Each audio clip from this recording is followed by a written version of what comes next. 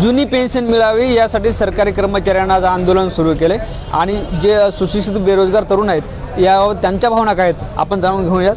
काय वाटतं जुन्या पेन्शनसाठी कर्मचाऱ्यांनी आज आंदोलन सुरू केले, आपल्या भावना काय आहेत? जुनी पेन्शन सरकारी कर्मचारी अधिकाऱ्याची जुनी पेन्शन हा त्यांच्या वैयक्तिक पातळीवरचा विषय आहे, परंतु आम्हाला वाटतं की त्यांच्या पेन्शनपेक्षाही आमच्यासारखे जे असंख्य बेरोजगार आज लायब्ररीमध्ये 12 तास अभ्यास करत आहे त्यांचाही प्रश्न ऐरणीवर आणून सरकारने स्वतः ठरवावं की यापैकी तुमच्या जुन्या पेन्शनचा विषय महत्त्वाचा आहे की आमच्या सरकारी नोकरीचा विषय महत्त्वाचा आहे।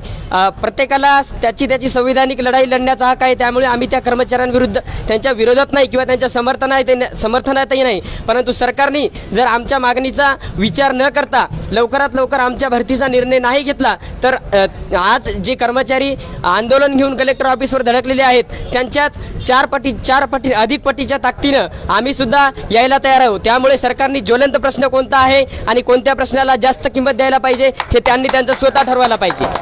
निश्चितच सरकारनं हे जे ज्वलंत प्रश्नाला वाचा फोडली पाहिजे। जुन्या पेन्शनचा विषय थोडा वेळ बाजूला राहायचं चालतं, पण आम्हाला नोकरी दिली पाहिजे असं जे आहे ती भावना व्यक्त केली। आपल्याला काय वाटतं?